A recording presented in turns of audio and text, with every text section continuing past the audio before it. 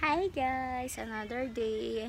Another school na naman si Cassie. At before kami papasok, ano ba?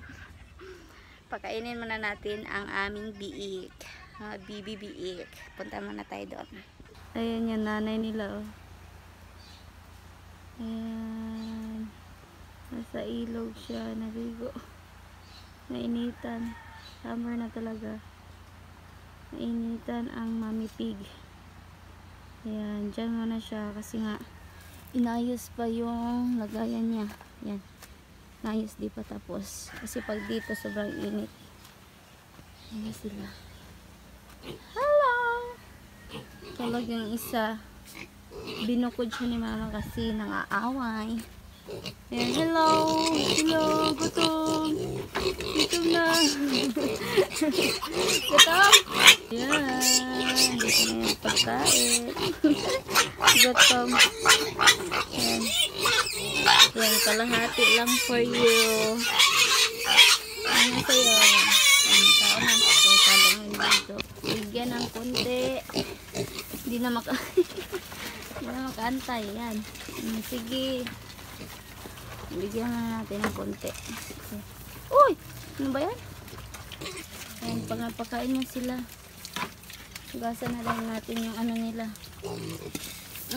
Huwag kasi.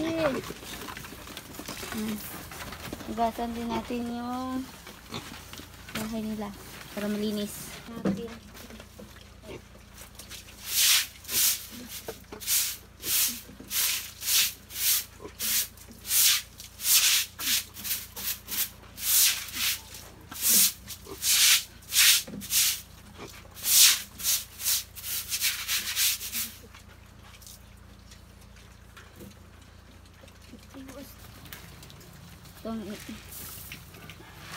Itong hiwalay kay agawan ang mga persons.